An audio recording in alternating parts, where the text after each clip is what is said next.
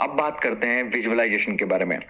Visualisation का मतलब होता है अपने फ्यूचर को इमेजिन करना इस मोमेंट के अंदर जैसे वो ऑलरेडी हो चुका है, राइट। एंड आई थिंक अगर आपको अपनी थॉट पावर को मास्टर करना है, अगर आपको लॉ ऑफ अट्रैक्शन का मास्टर बनना है, तो विजुअलाइजेशन की स्किल को आपको कल्टीवेट जरूर करना चाहिए।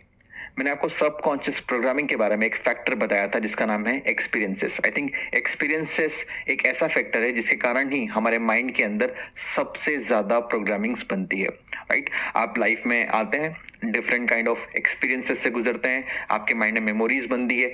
अगर वो मेमोरीज ज्यादा स्ट्रांग है तो वो बिलीव्स बन जाती है, जैसी बिलीव्स होती है वैसे ही आपको थॉट्स आते हैं और लॉ ऑफ अट्रैक्शन उन थॉट्स पे रिस्पॉन्ड करता है।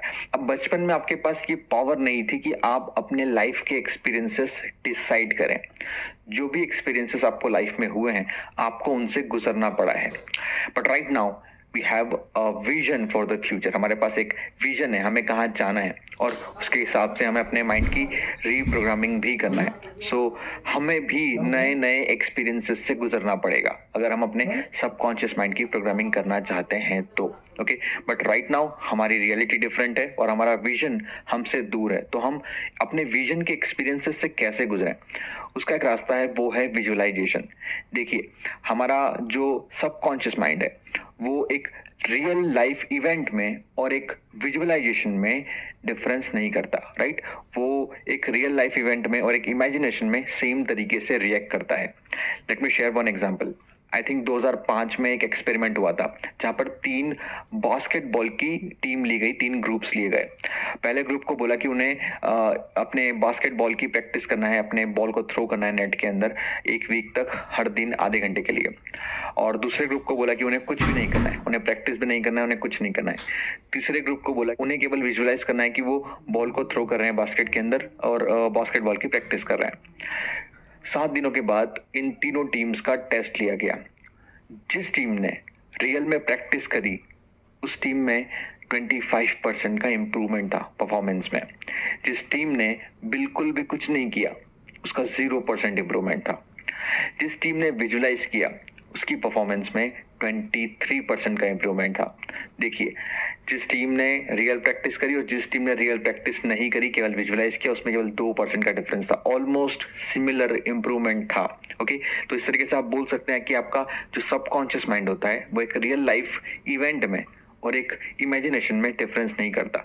आपका सबकॉन्शियस माइंड जो है वो सेम न्यूरॉन्स फायर करता है जब वो एक रियल लाइफ इवेंट में होता है और जब वो इमेजिनेशन में होता है, right. Now there is one thing, जब भी मैं वर्कशॉप करता हूँ, चाहे वो ऑनलाइन वर्कशॉप हो या फिर फिजिकल वर्कशॉप या फिर 1-to-1 किसी क्लाइंट के साथ बात करता हूँ, तो हमेशा कोई ना कोई पर्सन मुझे मिलता है और बोलता है कि Pratyush, okay visualisation is good but मैं नहीं कर पाता हूँ, I can not visualise.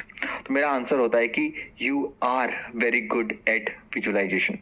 Actually इस दुनिया के अंदर हर इंसान विजुअलाइज करने में बहुत ही अच्छा होता है, बट हमने है ना हमारे बॉडी को, माइंड को कुछ इमोशंस हैं, नेगेटिव इमोशन, उन्हें विजुअलाइज करने के लिए ज्यादा ट्रेन किया गया है। हम अपनी विजुअलाइजेशन को क्रिएट करने से ज्यादा वरी करने के लिए यूज करते हैं। Let us visualise right now. Okay, हम अभी एक विजुअलाइजेशन करते हैं जिससे आप अपनी विजुअलाइजेशन पावर को समझ पाए। Okay, so close your eyes. Okay, अपनी आंखें बंद करिए।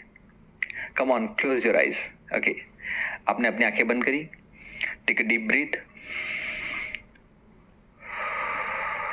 Excel. Okay, great. Inhale, great. Exhale. Okay, अब मैं चाहता हूं कि आप अपने राइट हैंड में इमेजिन करें कि एक लेमन है, एक येलो कलर का लेमन है आपके हाथ में, एकदम जूसी सा बड़ा सा लेमन आपके हाथ में है। ओके, जस्ट ऑब्जर्व कि लेमन किस तरह का दिख रहा है आपको, कितना गोल है। ओके, फील करिए उसकी सरफेस को, या फील करिए। नाउ इमेजिन कि आपके पास में एक नाइफ रखा हुआ है, चाकू रखा हुआ है। ओके, इमेजिन कि आप उस लेमन को उस चाकू से काट रहे हैं। You are cutting that lemon. अब आपके हाथ में एक लेमन का पीस है, half of the lemon is in your hand. Okay, अब आप उस लेमन को स्क्वीज करिए। ओके, उस लेमन से थोड़ा सा रस बाहर आ रहा है। नाउ उस लेमन को अपने होठों के पास लेके आइए। Now test that lemon. Test it. Okay. You can open your eyes. क्या हुआ? आपने लेमन को सच में टेस्ट किया, राइट? आपको लगा कि आप लेमन का सच में टेस्ट कर रहे हैं। अगर आप मोस्ट ऑफ द पीपल की तरह हैं तो आपको लेमन सच में टेस्ट हुआ ही होगा। Okay, now let us do one more thing. अब आपको आंखें बंद करने की जरूरत भी नहीं है। जो मैं बोलता हूँ केवल आप उसे ध्यान से सुनिए। You don't need to force yourself. Visualisation is very easy. Imagine a pink elephant. Now turn that pink elephant into blue. Now turn that blue elephant into green. Great. Now turn that green elephant into a green lion. Great. Now imagine कि उस lion के पास में एक pizza का box रखा हुआ है, Domino's का। ओके, नाउ इमेजिन कि आप बॉक्स ओपन करते हैं और उस बॉक्स के अंदर पिज्जा की जगह पे कैंडीज हैं। लायन भी कैंडी मांग रहा है, आप एक कैंडी उठाते हैं और लायन को देते हैं, राइट? विजुअलाइजेशन बहुत ही इजी है। देखिए, हम जो भी चीज बोलते हैं, वर्ड्स भी अगर हम बोलते हैं तो हम विजुअलाइज ही करते हैं। अगर मैं आपको बोलता हूँ कि डॉग, तो आपको DOG नहीं दिखता, आपको एक रियल डॉग दिखता है। तो हम बहुत अच्छे हैं विजुअलाइजेशन के अंदर। बात बस इतनी सी है कि हमने अपने आप को कुछ डिफरेंट ही इमोशंस को फील करने के लिए ट्रेन किया हुआ है। नेगेटिव इमोशंस को ज्यादा हमने ट्रेन किया हुआ है फील करने के लिए।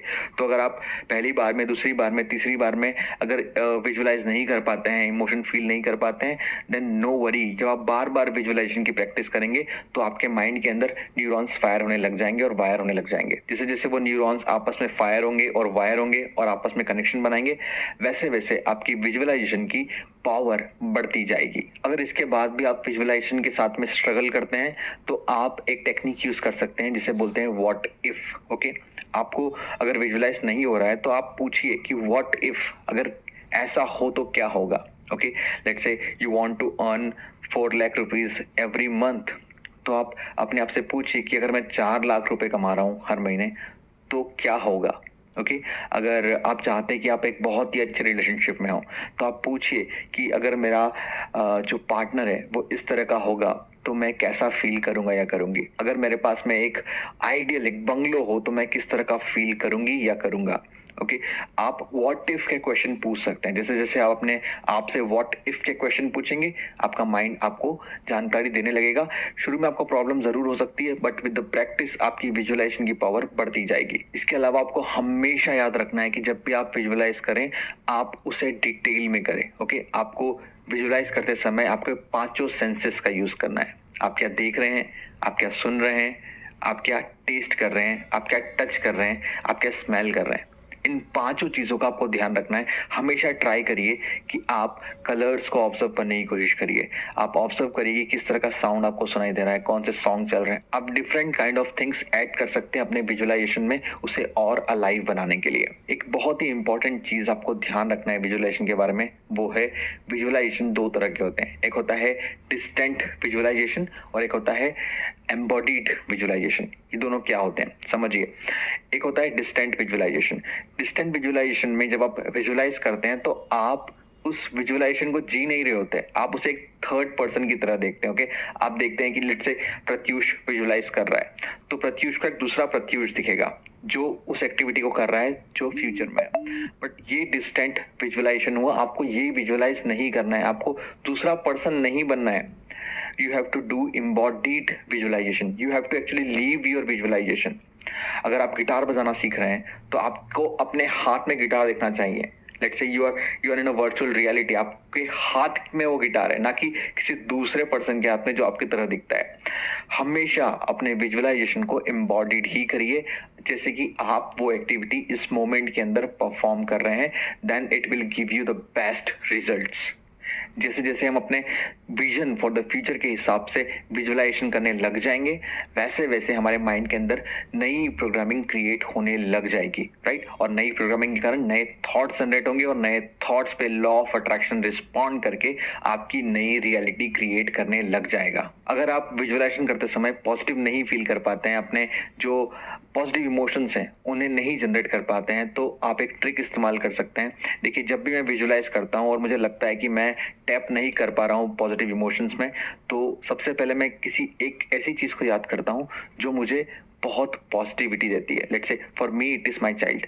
जब भी मैं अपने बच्चे ताशविक को मैं इमेजिन करता हूँ, तब मुझे खुशी वाली फीलिंग आती है, प्यार आता है, एंड आफ्टर दैट मेरे लिए आसान हो जाता है कि मैं पॉजिटिव इमोशन में टैप कर सकूं, मेरे विजुअलाइजेशन को जो फ्यूचर का है उसे इंगेज कर सकूं और पॉजिटिव इमोशन ज़्यादा क्रिएट कर सकूं। So in the next video we are going to talk about heart coherence.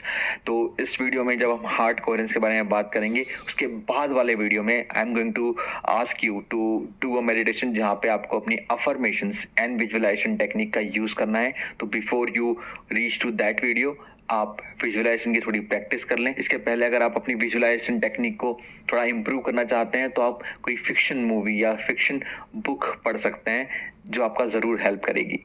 So that's all for the visualization. I will see you in the next video.